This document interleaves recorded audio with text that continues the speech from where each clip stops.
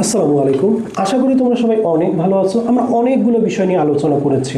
কি কি? Subject, object, direct object, indirect object, predicate, finite verb, non finite verb, complement. আজকের আলোচ্য বিষয় অবজেক্ট এবং কমপ্লিমেন্টের মধ্যে একটা পার্থক্য।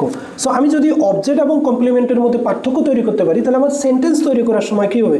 সহজ হবে। It will be very beneficial to you to make object in English if the English is hard to you. This is class for you. So this class present you something about the differentiate between object and complement. আমরা জানি যে অবজেক্টটা কি? যে object হচ্ছে ভার্বের অ্যাকশনটা, ভার্বের ইফেক্টটা, সেটাকে যেই ওয়ার্ডটার উপরে আরোপিত হবে সেটাকে আমরা কি বলি? অবজেক্ট বলি।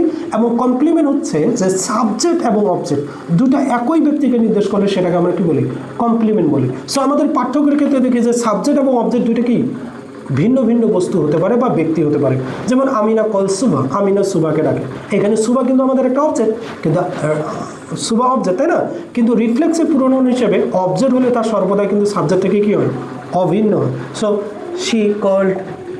শি কিল হার্টসেলফ, সে নিজেই নিজেকে মেরেছিল। এটা কিন্তু হার্টসেলফ কি? সাবজেক্টও যা, অবজেক্টও তা।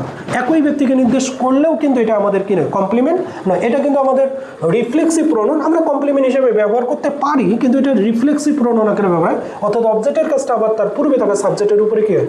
আরোপিত হয়, সাবজেক্টটাকে আবার নির্দেশ করে। সো আমাদের এখানে সবচেয়ে গুরুত্বপূর্ণ বিষয় হলো কি, যে সাবজেক্ট এবং অবজেক্টটা দুটো কী হবে? আলাদা ব্যক্তি বা বস্তু হবে। অবশ্যই সেটা হবে আমাদের অবজেক্ট। কমপ্লিমেন্টের মধ্যে আমাদের বৈশিষ্ট্যের ক্ষেত্রে কী হচ্ছে? সাবজেক্ট এবং অবজেক্ট একই ব্যক্তি বা বস্তু হবে। অর্থাৎ যখন একই ব্যক্তি বা বস্তু হবে তখন আমরা কি বলি? তাকে কমপ্লিমেন্ট বলি। যেমন আইমান লুক স্মার্ট, কাকে স্মার্ট দেখাচ্ছে? আইমানকে। আইমান কি? স্মার্ট। এখানে স্মার্ট হলো আমাদের একটা কমপ্লিমেন্ট, যা অ্যাডজেক্টিভ হিসেবে সেন্টেন্সের মধ্যে ব্যবহার হয়েছে। অর্থাৎ অবজেক্ট এবং অবজেক্ট কমপ্লিমেন্ট একই ব্যক্তি বা বস্তুকে নিতে। We know him Mamun, we know Mamun honest. আমরা কাকে অনেস্ট হিসেবে চিনি? মামুনকে। মামুনকে অনেস্ট, অনেস্টকে মামুন।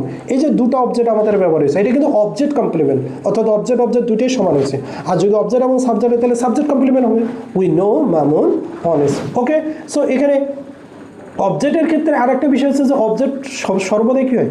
নাউন হতে পারে এবং প্রোনাউন হতে পারে।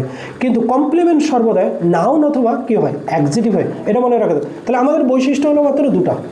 একটা কি? অবজেক্ট সর্বদাই কী হয়? সাবজেক্ট এবং অবজেক্ট ভিন্ন হবে। এটা হলো অবজেক্ট। যে যদি কমপ্লিমেন্ট হয়, সাবজেক্ট এবং অবজেক্ট অভিন্ন হবে, অর্থাৎ একই রকম হবে।